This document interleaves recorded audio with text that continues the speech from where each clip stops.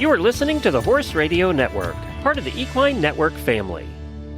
This is episode 701 of the Dressage Radio Show, official podcast of the United States Dressage Federation on the Horse Radio Network, brought to you by Kentucky Performance Products and Ride I.Q.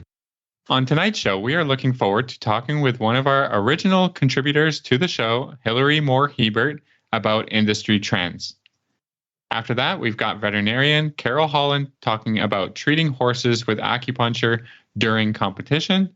Wendy Murdoch joins us for the New Year's update, and the Ride I.Q tip this week is with Lauren Sprieser.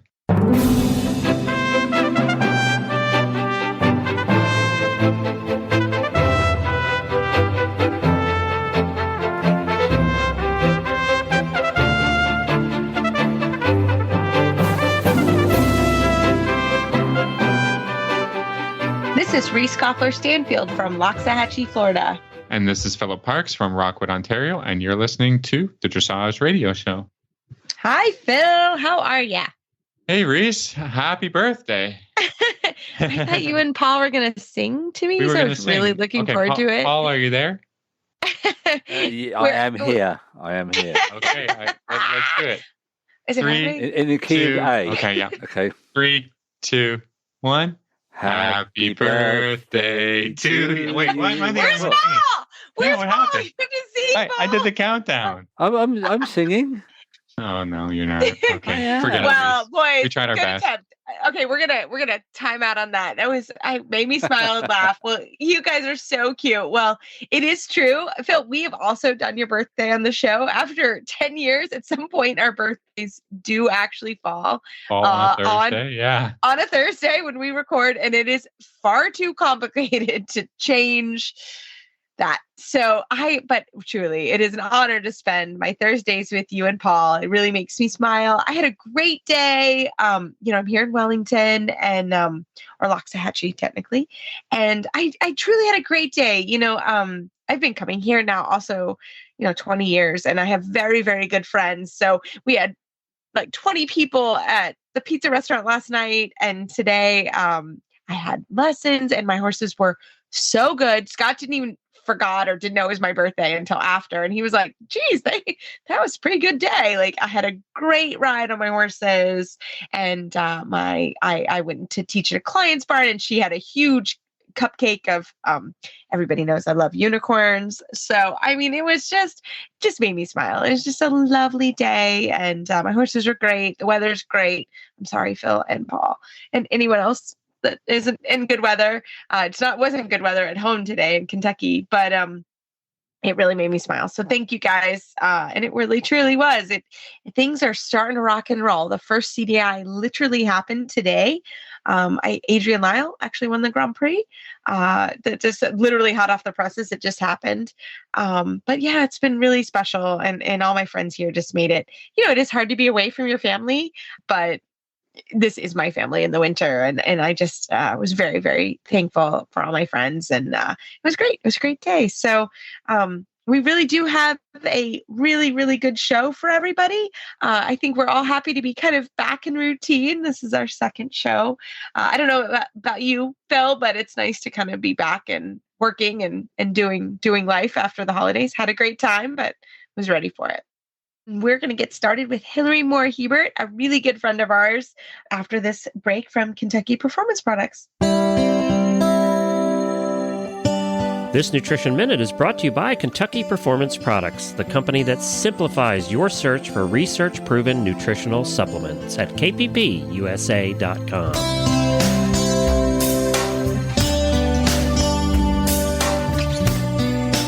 Commercial feeds are fortified with nutrients such as proteins, vitamins, and minerals. They are made up of a variety of ingredients that provide a particular amount of energy. Most feeds have been designed to address the needs of a certain type of horse. It is important to understand that all feeds are formulated by nutritionists to be fed in specific amounts. When the correct amount of feed is provided, the horse consumes the appropriate amount of energy and nutrients. The feeding directions included on the feed bag or the feed tag are specific to the particular feed and should be followed. When you feed less than the recommended amount of feed, your horse is not getting the full complement of nutrients that he or she may need. On the other hand, too much of a good thing can also be bad. The overfeeding of concentrates can lead to grain overload and oversupplementation, and feed should never be cut or mixed with other fortified feeds or plain grains, because this changes the nutrient profile and can cause imbalances in energy, protein, vitamins, and minerals. If you need to include additional supplements in your horse's diet, choose products that are formulated to complement, not compete with fortified feeds. If you feed a plain grain such as oats, additional fortification may be necessary. Kentucky Performance Products supplements are specifically designed to complement, not compete with, the modern concentrates used by today's horse owners. Each supplement is manufactured to exacting standards in certified facilities using stringent quality control guidelines. So choose Kentucky Performance Products supplements, because the horse that matters to you matters to them. Learn more about Kentucky Performance Products supplements at kppusa.com. That's kppusa.com. This Nutritional Minute has been brought to you by Kentucky Performance Products. You can find all of their terrific products at kppusa.com.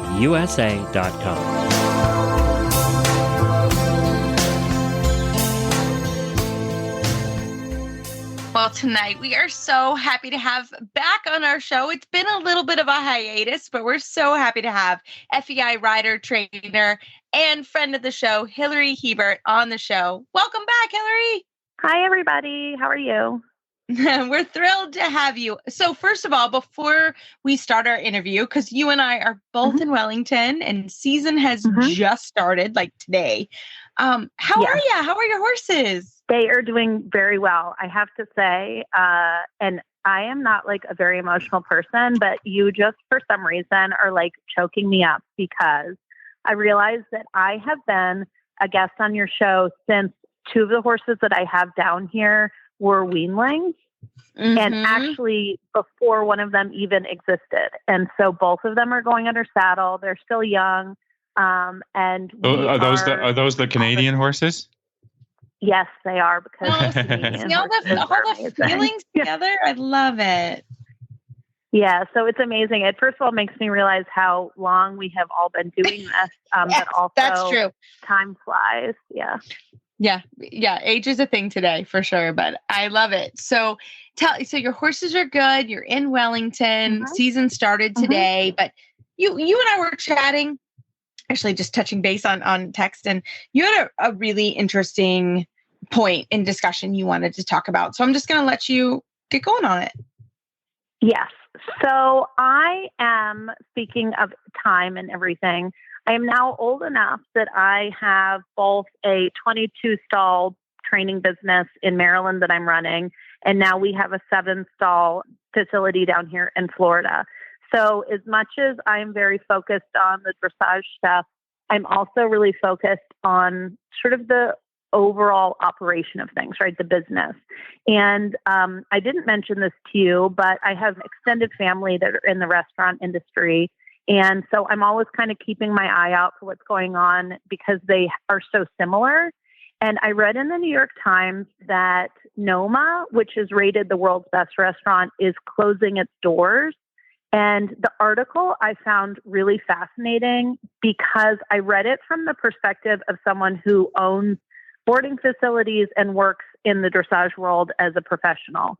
So there's 3 points that they talk about.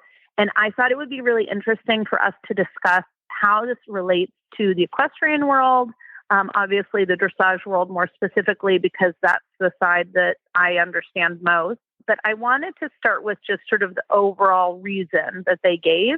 And they said that they are closing their doors because of the sustainability of it all, that it's not profitable with the cost of all the things, and the labor is very difficult. And so I wanted to talk about how I'm seeing a lot of fellow barn owners talk about how boarding operations are becoming unprofitable as well. And I think that for all of your listeners, it's important both on the side of people who are interested in having boarding barns, but also for us to think about when we're looking for a boarding facility. And I know you guys are involved in that side. I was curious to know kind of what you're noticing from the business side for what the boarding aspect is going on, like what's going on with you guys in your neck of the woods. Well, I will say from my point of view, obviously labor is the hardest thing. And I really it's really important to me to pay someone a living wage for sure. But there's a fine line between how much I work, how much I need support, and what I can pay someone and what the clients are willing to pay. So, and specifically like here in Wellington, because it's incredibly expensive. And at some level, I don't want to subsidize someone's horse coming here, but I also have to make it affordable. So it is absolutely a balance. Before COVID actually, and it didn't have to do with COVID, but I actually shifted my business to more of a like actually giving lessons and less horses in training. And so that was easier on my staff. That was easier on my farm. Because again, I also own a boarding stable, well, a training stable. I'm on board. Correct. Or I physically drive somewhere. And that was less labor. It was less wear and tear on my farm. It's less overhead. So it was actually cheaper for me to have not all my stalls full and sort of pick the magic number, which in Florida I found is 7, in Kentucky it's 8. Kind of pick that magic number and do that. So that's what I've done over time. And I've also decreased my working student program, which I hate. And it's not that I wouldn't increase it. And I think we're going to talk about that here in a minute. But it was very difficult. Students wouldn't show up, right? And I went to a staff member. And then if we have a working student, great. And if we don't, it doesn't change anything, if that makes sense. So Phil, how about you? Yeah. Well, I think, there's been a lot of discussion, like macroeconomical issues. Just, coming into 2023, they're forecasting a bit of a recession. Many businesses are, laying people off or, and then there's the whole thing of like Hilary said, is like living wage, right? What is that? I don't think that, unless you're incredibly wealthy and that the idea of free labor is not sustainable anymore. And that's sort of what our business is built on, the working student gig and whatever. And I don't think that people should work for free, but also they're getting, as a trainer, you try to add a lot of value. Growing up until I was 20 something, my family owned a boarding barn. And as a family, we got out of that business because it was like, you can earn more money by, going to Tim or going to McDonald's, and getting a low paying job because you're working for less than free. You're paying to have people's horses on your farm. So that wasn't doable. My parents sold the farm, retired, all that kind of stuff. But that's kind of the issues of any business that has cheap labor or, whatever. That's just, it's looking forward. You just can't rely on that. Right. So then you have to, as a business, you have to charge more. And that's kind of the way it's going. Economically, you got to make it work as a barn owner and whatever, but it's not, you can't work for free either. Like you can't pay people nothing and you can't work for nothing. So, where does that all come to a conclusion or a solution? I have no idea, but I currently I'm not involved in the boarding business. I'm, just a free, not just, but just started working, in my late 20s, as a freelance coach. And, that's worked for me. And I work part of my day, for a breeder. So, that's been the best thing for me, but the breeder isn't running a boarding barn, is running a breeding business. So, I mean, it all comes back to, how do you breed a horse? How do you care for a horse? It's all very, very expensive. So I don't know what the solution is, Hilary. Yeah. What are you thinking? Well, and so it's sort of interesting because before I have two other points. The second one is only going to make it a little more grim sounding, but I promise to everyone listening that we will come up with, what the answer is a little bit at the end. But I think that your point of, the labor and everything, what's really interesting is they also talked about that is obviously the restaurant industry is more, of a public thing. And so they got a lot of public pressure because they weren't paying their interns. They said that they had 100 interns that when they started paying them, their payroll went up $50,000 a week, which is to me like, it makes you realize how much we're relying on this. Now, I would like to say before I'm the old person who's the barn owner, right? I've been a working student since I was 9 years old. So I know what it's like to work for free. But I think the other thing that I want to point out is that this is what they said in the article is that it's sustainable for no one, including the top people. And I know this from family members, they're expected to be working like 20-hour days. And I'm not over exaggerating. And I feel the same. On Christmas morning, we flew home Christmas Eve, my family, and on Christmas morning, so I could give my staff up, I did my barn alone. And I did it before my son woke up for Christmas morning, and it was 9 degrees out. So I did the whole barn alone at 4 a.m. when it was 9 degrees out, and I was acclimated to the Florida temperatures. So it's not all glamorous, even at the top. And I think a lot of people in the equestrian world also had the experience that the chef did, is when COVID closed things down, you had the time for the first time in a long time to sit down and just say, what the heck am I doing? This is not healthy. And so I think it's more to kind of complete the thought we had in the first point of just, this is not, we can't build, they say this in the article too, we can't build an industry on the backs of, free labor or people who are overworking themselves to death. Yeah, I mean, that's part of it, right? And we've all been working students. We know what that experience is, and I personally don't have the attitude like, well, I did it, and so the next person coming up should do it. No, I want you want it to be better. You want to make it better, and what is the path for doing that? Is having a working student, but paying them a living wage, and not having the attitude like, oh, well, you're just not just. I mean, this is a difficult conversation, but it's like, well, I don't take the labor for granted, right? And like you want to not overwork people, and you just because I had a tough experience, I don't want to pass that along as part of the industry. We've just got to find ways to make it all kind of more livable and encourage people to come into the industry and not say, well, this is tough and just toughen up. I don't think that's the attitude either.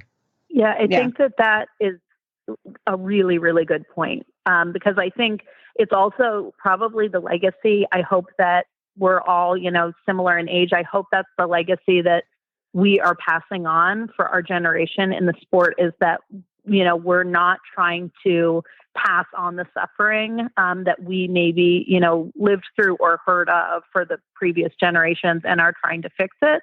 I also think that I see a lot of older professionals trying to do the same.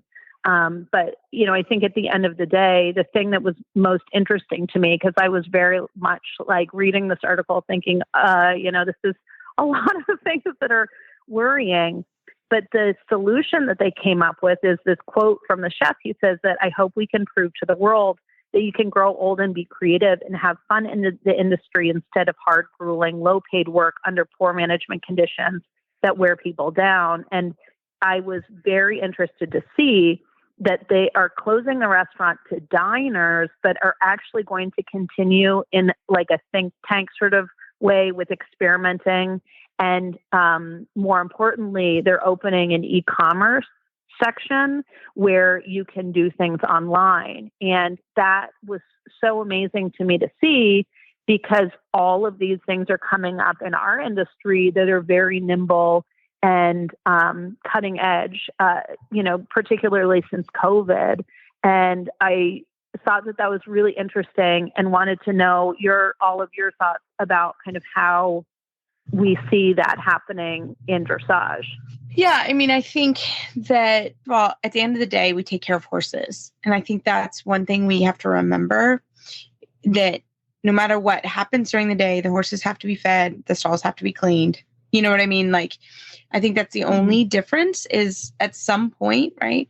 And I do also want to say that trainers, we have all, and we're three, I would say, senior trainers or middle-aged trainers, which I hate to say it, but we've spent a lot of money into our careers. So I still think that people have to value the lessons that you are given. Does that make sense?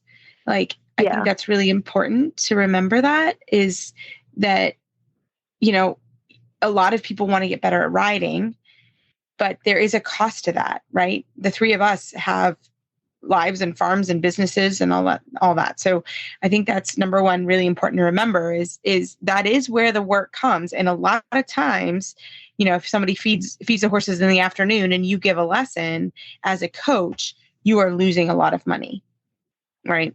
So I think that's not what I wanted to say to that. But I do see, here in Florida, one of the things that I won't do is I won't fly back to Kentucky this winter, because I can do virtual lessons.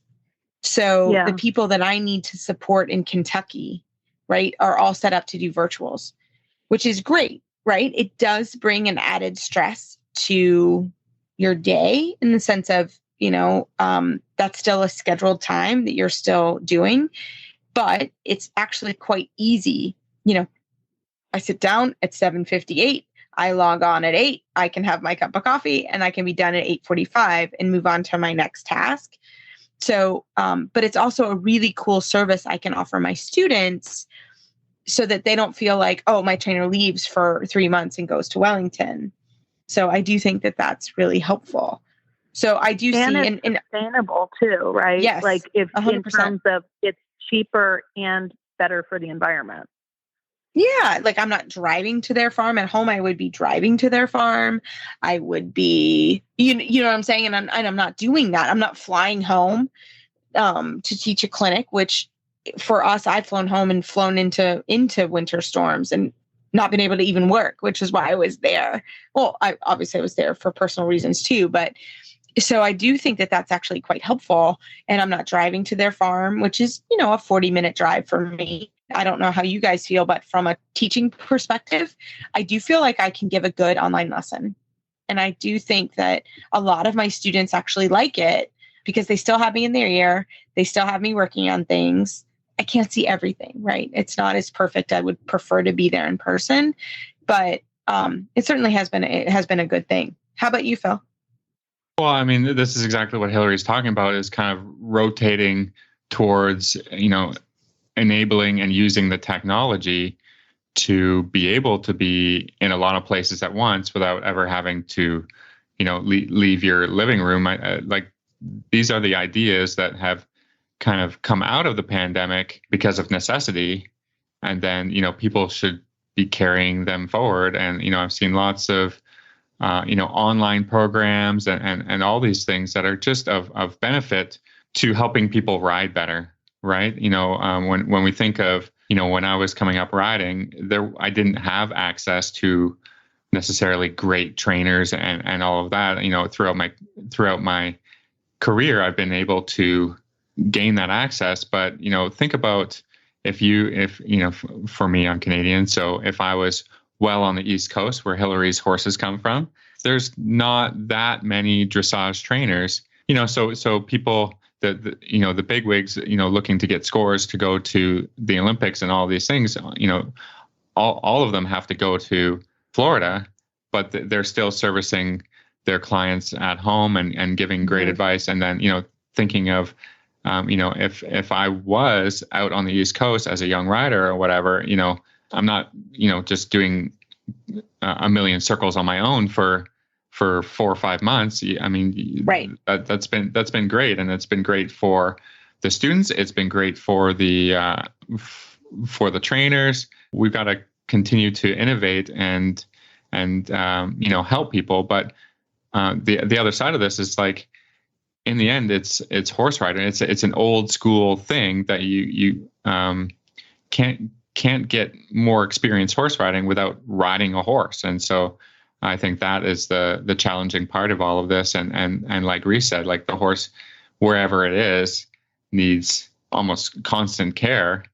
So that's the challenge that isn't really presented in the restaurant industry, but is in ours, because it's just the way it is, right? I don't think there's anybody that can build a horse care robot that would muck a stall and feed a horse. Yeah, and I'd like to imagine that maybe some things that will automate. As someone who has automatic heated waterers, my gosh, that was a difference on Christmas. Yeah. You think about the invention of the tractor as something that's very, very old, but you do sort of hope that the agricultural world will innovate in some ways in the future. And maybe this will be the push. And 10 years from now, we'll look back at this interview and laugh, because there really will be a stall cleaning robot. But, maybe that's what it is that the necessity will push us in that direction in the future. Yeah. I think that's part of it. And, I don't think any of us want to we were all working students. We all did that. I don't think it's sustainable, but I do feel that that's a great way to learn. And so I think that's kind of the question, right? Is like, how do you learn this sport? How do you learn your craft? Because there's no real school in the US for teaching trainers, so there's some level of you that's how you learn. So anyways, yeah. Yeah, I think it sort of prepares you for like, in my working student experience, it prepared me for, working long hours, learning from somebody more experienced, taking all of those lessons and applying them. And basically, if you want to be a trainer, you have to, number one, work hard. Yes. And then and I think that was the biggest lesson for me. I don't know, like how do you motivate a generation that is not necessarily used to difficult physical labor? I don't know, but right. That's just interesting topics to think of, and always kind of like Hilary was saying, like if you're in the industry, you have to always look forward and keep giving yourself a job, right? Because eventually, if it gets so expensive or so troublesome, the industry is just not gonna be there anymore for future generations. So yeah, so that's my thoughts, anyways. So Hilary, in closing, do you have any final thoughts? Well, I am maybe going to talk myself into this, but what do they say in Jurassic Park? Nature will find a way. I would like to imagine that I really do believe we're at a pretty big crossroads right now, coming out of COVID, with the way that we're sort of having the cost getting to a threshold. I'd like to imagine that we are going to see, as in the restaurant industry, probably a pretty big shift in things, but also a lot of change. And I do think we've seen that in the last 3 years tenfold in the sport. And I think it will only keep growing as technology becomes more accessible to everyone, as we have a shift in sort of what people have as expectations. So my hope is that this is going to push us into innovation. That's my thought. Yes. Yeah. And I do think it is helpful. I mean, I've personally taken virtual lessons with my own coach, and it's been good. I feel like we were able to get ready for finals and do what we needed to do. So I do think, there's some programs out there. There are coaches that are doing this more and more. So I do think it is a good way of innovation. So I love it. Well, Hilary, as always, we love it when you come on. You bring such great thoughts and discussion. How can we find you online if we're looking for you? Everyone can check out my website, which is mooredressage.com, which is my maiden name, Moore, or you can find me on social media. I have just created a TikTok, and people can find me there under my name. And I actually have been ranting about this for a week or two, so people can talk more. And actually, I would love for people to comment their thoughts, then we could kind of get interactive. Yeah, I love it. And I think that's good because that's where we're going to keep moving forward. So I love it. Well, thank you so much. I don't think I'm going to be signing up for TikTok. I haven't done it yet. Yeah, I just gave my Chihuahua Instagram account, and I think that's where I'm at with it. So. That's where you're stopping. It's a good Instagram account. It's a great. My wife kind of makes the videos and whatever, but I love it. Awesome. Well, Hilary, thanks so much, and we're so glad to have you back on. We can't wait to have you on another time. I'll talk to you guys soon. Keeping our horses happy and healthy is paramount to horse owners everywhere. Since our horses are often a reflection of the environment we create for them, the Stall and Stable Show covers ideas that help us create the best home we can. From innovations in barn design to business best practices and lifestyle segments. There's a new episode every 2 weeks at stallandstable.com, Horse Radio Network, or wherever you get your podcasts. Well, tonight I am so happy to have Dr. Carole Holland from Wellington, Florida. She has been my acupuncturist, chiropractor, veterinarian support person for many years, and we're thrilled to have her on the program. Welcome back, Dr. Holland. Thank you, and thank you for having me again. I really appreciate it. Well, we always love you. Came to visit me and my horses yesterday. It's always when we actually saw each other in the Publix parking lot, which is kind of how business is done in Wellington. And I waved you down. I'm like, I need an appointment as soon as possible. So it was so fun. So we got to have you come yesterday and check my kiddos, which you've, been part of my team for many years. And, my horses, and it's so important. But you have a wonderful topic that you've been discussing this summer. And so I wanted to hand the mic to you about your topic and what we're talking about tonight.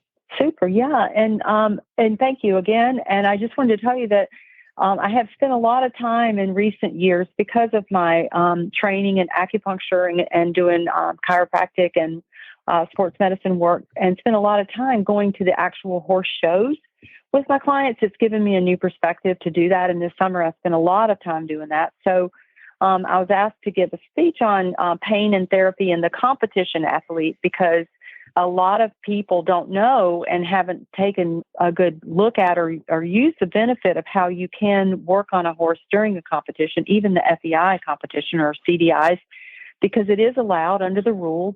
And also a lot of horses get stressed out during the competition. So acupuncture is amazing during the competition. And because the number one benefit of acupuncture is for pain relief. And then also because of the pain relief and the way that acupuncture works, it releases endorphins. And I think I've mentioned that during one of your talks already, that people have been following you for a while. Remember that. So the huge benefit of acupuncture is the endorphin release. And what horse that goes to a horse show, that gets on a trailer, that gets tacked up, new tack or fun tack or stress of the owner, which transmits to the horses, going to a stall, all these crazy horses around them that are scared too, that doesn't always have some sort of stress in their life. And to get acupuncture treatment during the competition, it's so beneficial because the endorphin release will help them calm down, plus give them some pain relief. All the shows always, affect digestion, because maybe the horse doesn't want to eat because its neighbor is screaming. The horse neighbor is screaming. The stalls are small. They get stiff from the trailer ride. So again, you can just put the wheel on and start rolling ideas of what will cause a horse to be upset at a horse show if they're not used to it, or even if they are used to it. So that's why I wanted to bring up the topic that, it's beneficial during competition. And a lot of people still haven't taken advantage of this. So you can do it during an FEI competition if no one knew. It is allowed. The only part that's not allowed is to use an electro machine with the actual acupuncture. So you can use dry needles. You cannot inject a substance into a horse. So the main thing you can do is use dry needles during the treatment. Chiropractic or body work is also allowed during an FEI competition, and certainly during USEF competitions, which are called national shows or national competitions. And this is worldwide. This isn't just in America. Like anywhere you go in any country during a national competition or during FEI, you can use this therapy. And the main thing you have to do is understand the need of the owner or the trainer or the rider, whichever one, or the combination if it's an owner, trainer, rider. And you have to understand exactly what that horse needs. And certainly that's understanding acupuncture. So for instance, I have a lot of people that call me and say, hey, my horse is upset and he doesn't calm down. So then I would use acupuncture for calming during the competition.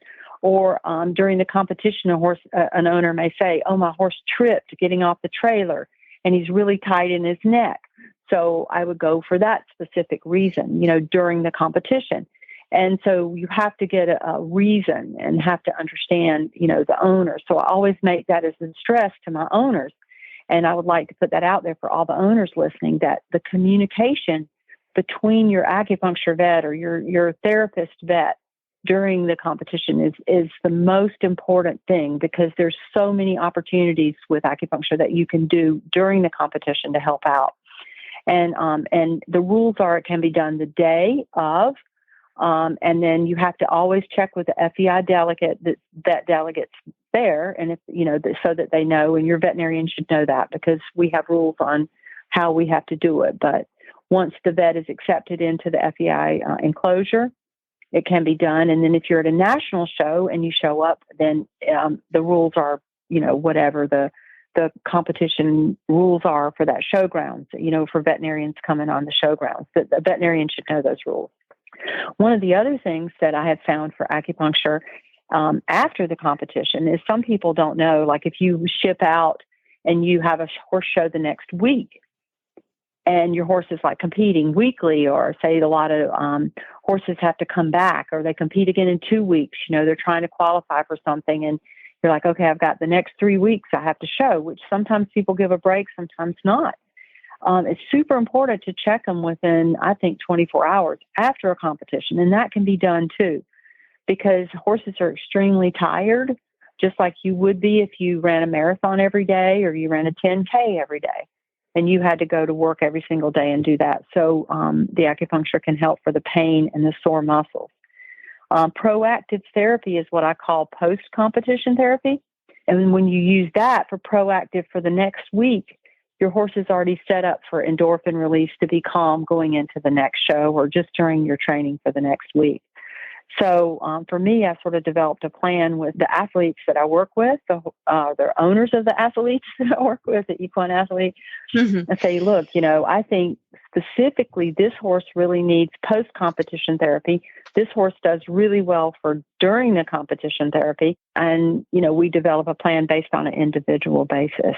I was just going to interject my own perspectives on this is just that pre-competition or, setting up, because I have a chiropractor / acupuncturist veterinarian that treats our horses. And I see an acupuncturist and I think, it's hard to just call someone and say, I'm at a show, let's do some acupuncture, whereas like, okay, now how's the veterinarian supposed to do a full kind of assessment, workup, discuss all the issues at a competition? I think you should, like, if you're thinking about acupuncture for your horse or any sort of treatment, you should be doing it, early, thinking about like at this point in time, for us in Canada, it's like, okay, we're a few months away from our first show, our first competition.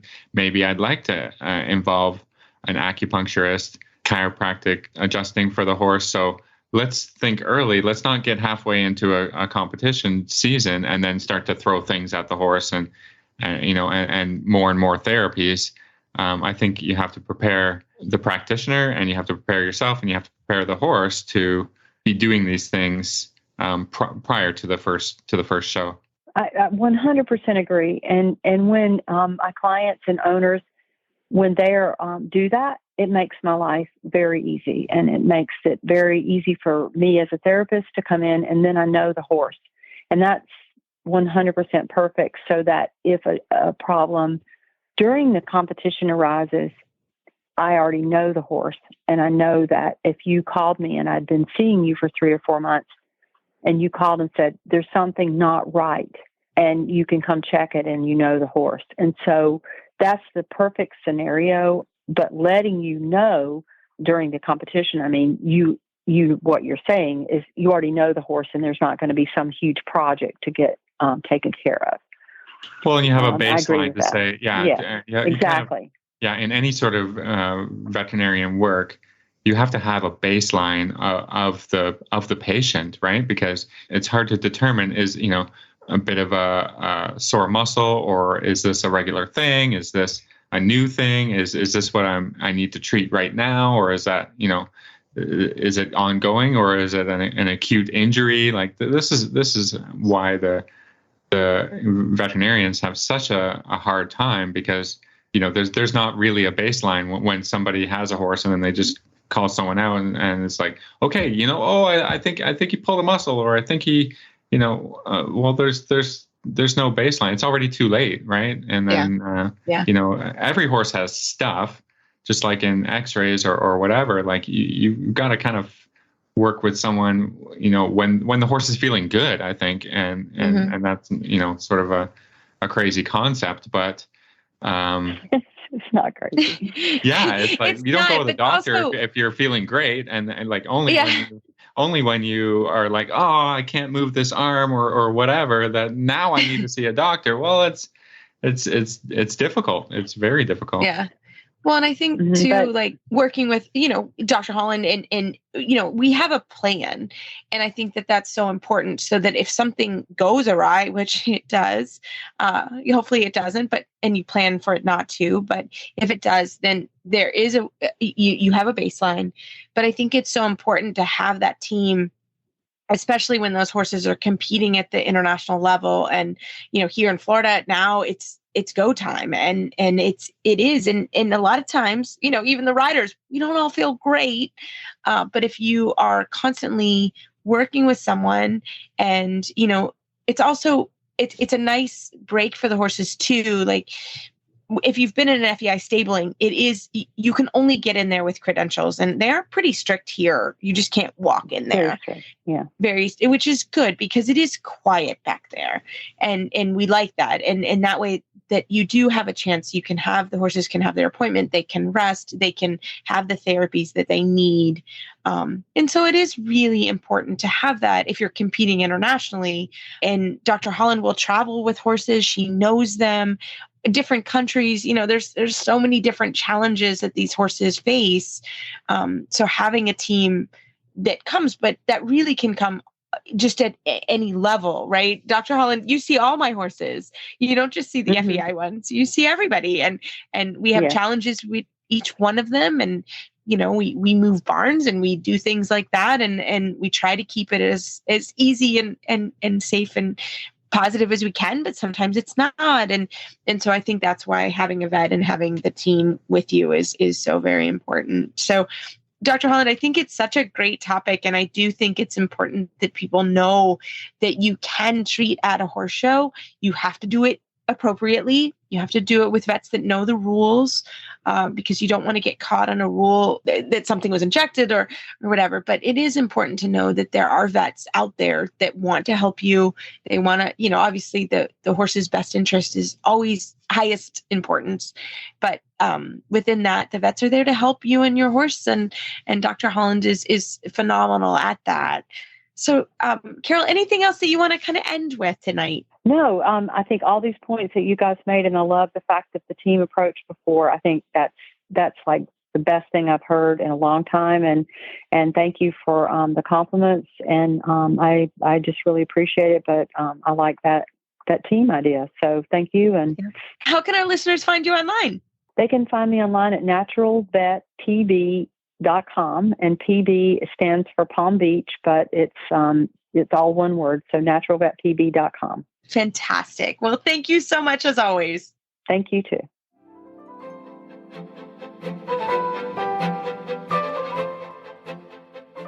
Well, tonight, as always, we are so happy to have Wendy Murdoch from the Murdoch Method on the show. Wendy, hi. How are you this Happy month? New Year. Happy New Year. New It's Year. been so Can you since the new believe year. it? It is. I love it. How was your holidays? Did you have a good one?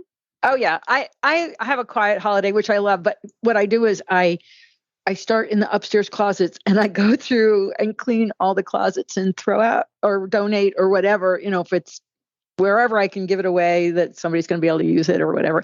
And I start from top to bottom and then I start going through my files. It says like clean out the old year and get ready for the new year. And, it feels like this year is going to be the first year that feels more like pre-COVID, if there's a way to say that.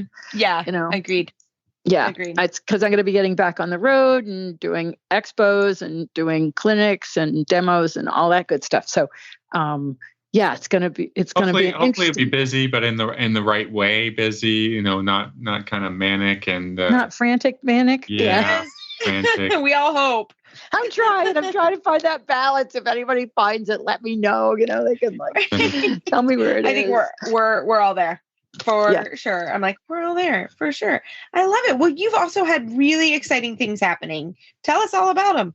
Oh, we've got all kinds of things. So I am working on my schedule for the year. It's up on the Murdoch Method website now under clinics.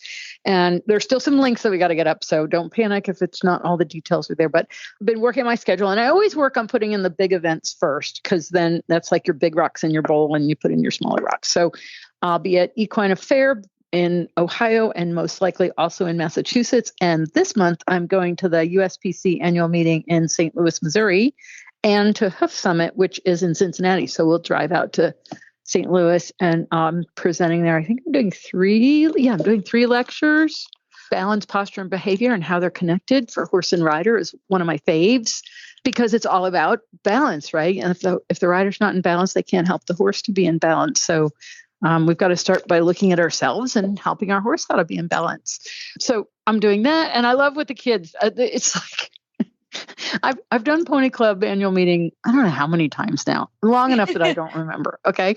But the kids are great. And I put up my balance trail where I set it on my Surefoot pads, and I can run 100 kids through in about 30 minutes. With adults, it's like maybe I can get 20 through in 30 minutes. So yeah, it's true. It's true. We all feel ya. Yeah, and the kids love it. And we power through and they feel where that really good spot is when they're standing on an unstable surface, which is what a horse is and what a stirrup is. It's an unstable surface.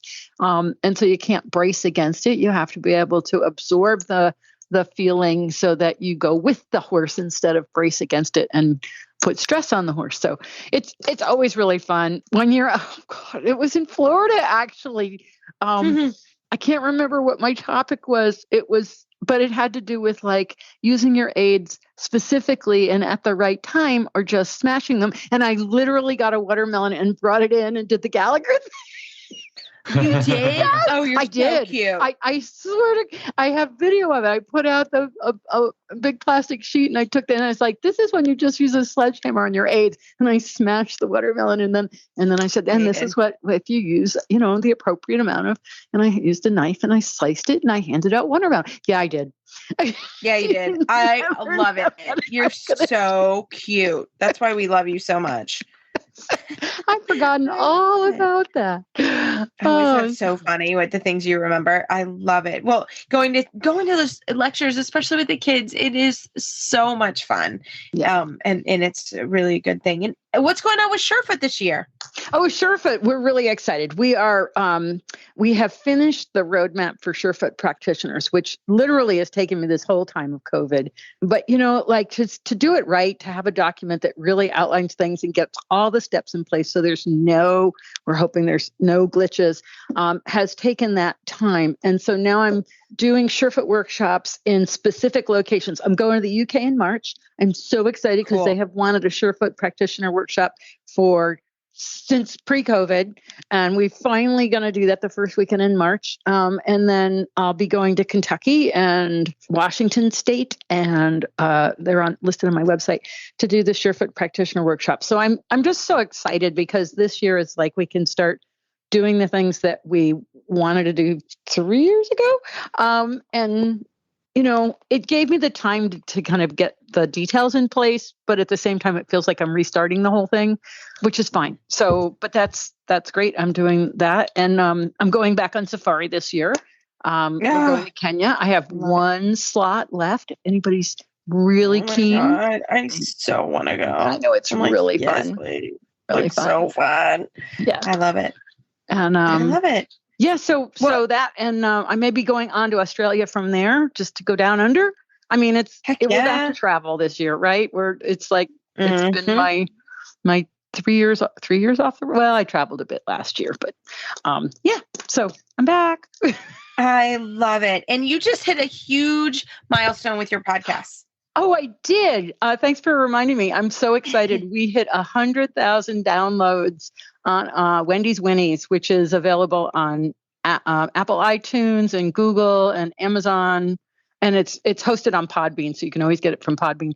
And what was so amazing is I looked at my stats, and it took us 2 years to get to 50,000, which we hit in September of this past year, 2022. So we started in September 2020, putting up the audio from the webinars with Wendy, which we're now up to 293, I think. And so we have 175 of the audio from those webinars up on Wendy's Winnies, the podcast. And in 5 months, we doubled. So it's so exciting. That means people are really enjoying it. And there's, I have I've got more guests lined up. I've sat down and I lined up a whole bunch more webinars. I kind of took when I was traveling, like when I went to AAP, I was traveling. So it was really hard to line people up. But now I've got a whole bunch of guests coming back and great topics. And I'm really excited to kind of kick that on again. And I just feel like it's, we're kind of, I disappeared for a little while last fall because I did AAP and I know I did something else, but I can't remember. Yeah, it's so true. But yeah, getting things scheduled. Can I say one other thing? In all of this, I'm realizing that now I'm going to be traveling again. I have decided I need to find an intern. So if there's anybody out there listening that is interested in being an intern, probably like partially remotely and partially here in Virginia, they can email me and let me know because it's, because I need an intern. You need help. And your last person came from the show. So we like that. That's so fun. That's why I thought you're a great place to put that out in the world. And, sometimes you just have to put it out to manifest it, to bring it in. So you got to just put it out and broadcast. I love it. I was going to say, I might see you in February. I'm going to see you in February. I'm so excited to have you come visit us here in Florida. Yeah. But Wendy, how can our listeners find you online and keep an eye on your travels? Okay. So the murdochmethod.com is the website, and the clinic listings are there under clinics. And I'm going to keep updating. It's not fully fleshed out, but most of the dates are there. You can, if you're interested in interning, you can email me at wendy@wendymurdoch.com. That's MURDOCH with an H. And of course, on Facebook, we have the Murdoch Method page and the Surefoot page and, the Surefoot website, and Instagram, same thing. So, and of course, there's the webinars on the Surefoot Equine YouTube channel. And I've discovered shorts. Okay, so shorts are like 60-second or less videos on YouTube, and I'm just starting, so I'm not real good at it, but I love it. Starting to put up more shorts. So cool. Well, Wendy, as always, thank you so much. We love it. Yeah, it's so great to talk to you guys. It feels like we our last conversation was a million years ago, last year. But it was last year. It was true. Well, we're glad we're back at it. We're back in program, and we love it. So thanks for coming on the show. It's great to talk to you guys. And I know Phil's sitting there. He doesn't get a word in edgewise, but he's used to it. That's okay. That's okay. I'm listening, right? Yeah. We know you're there. We always know you're there. Yeah. So great. Love it. Well, thanks, Wendy. Thanks. Take care. As a listener of the show, you might have heard us talk about Ride I.Q. Ride I.Q is a new concept for equestrian, and it presents a really cool opportunity. The opportunity for you to take a lesson with a top coach anytime you'd like. Here's how it works. Ride I.Q is a mobile app for iPhone and Android with hundreds of on-demand listen while you ride audio lessons taught by top coaches across dressage, eventing, even the natural horsemanship and sports psychology. In fact, I'm one of the coaches you can take lessons with Ride I.Q if you're not already tired of my voice. Whether you're looking to add structure to your rides, try new exercises, or build confidence, Ride I.Q can help. With Ride I.Q, you won't be waiting for your in-person lessons to make progress. You can make exceptionally productive rides on training days as well. Every membership automatically includes a 2-week free trial. After that, membership is just $29.99 per month. Because you're a Dressage Radio Show listener, you'll get $15 off your first payment after the free trial. Just go to rideiq.com to sign up and use the code DRS to get your discount. That's rideiq.com and promo code DRS to start having the most productive schooling rides you've ever had.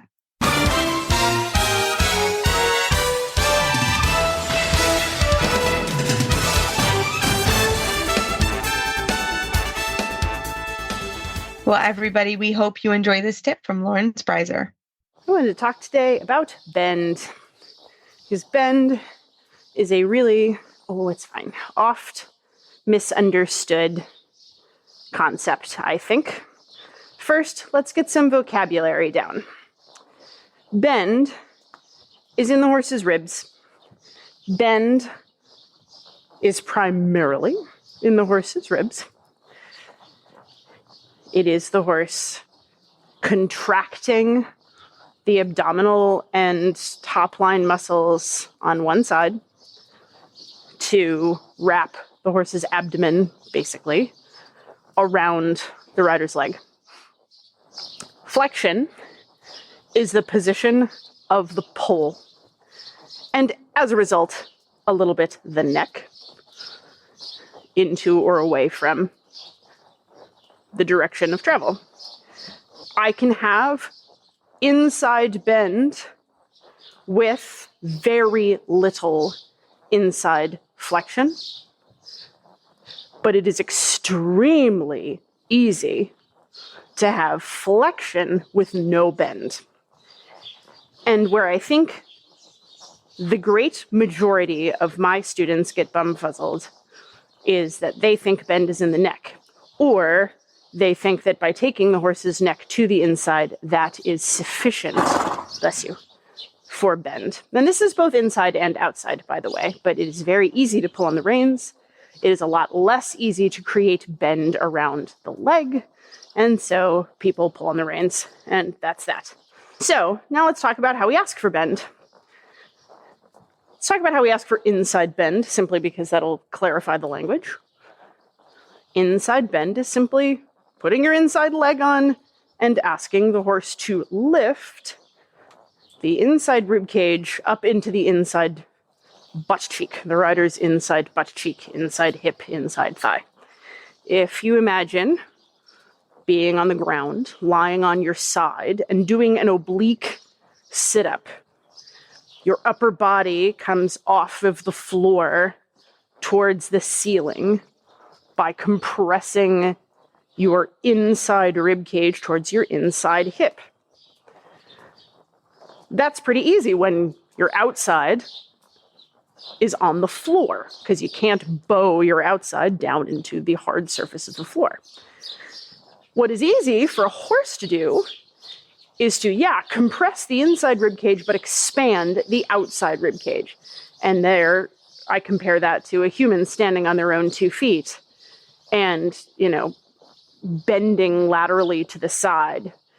In order, you can compress your inside rib cage down towards your inside hip and stay relatively short through your outside rib cage to outside hip, or you can open up that outside and get a good stretch. Both are valuable. And for horses, thinking of bend in both of those ways, there's a time and a place for it. Now let's talk about how one actually achieves that bend. The inside leg goes on. And I personally think about using the boning of my boot or the tip of my spur. This is why I don't tend to ride in very sharp spurs. because I need to be able to sort of hook that more precise pressure low on the horse's abdomen and draw my heel up. Draw my heel up and let that be sort of the point around which my horse bends. But that's not the only thing I'm doing. My outside leg is a presence in this story.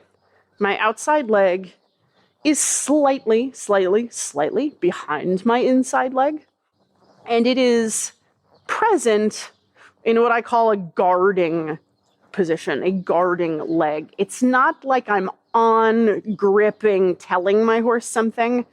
It's simply present like a bumper in a bowling alley. The bumper in a bowling alley doesn't guarantee you a strike. It just prevents you from falling in the gutter. Well, everybody, keep the email and Facebook shout outs coming. We love them. It makes our day and it helps us with all the programming we like to do for you guys. As always, you can find our show notes and links to today's guests on our website, dressageradio.com. Like us on Facebook, just search Dressage Radio Show. Follow us on Twitter at Horse Radio. My website is maplecrestfarmky.com, and my email is reese@horseradionetwork.com. I think probably the best way to find me is through Facebook, or my email is philip@Horse Radio Network. I'd like to thank our sponsors for allowing us to put on a good show. That's Kentucky Performance Products and Ride I.Q.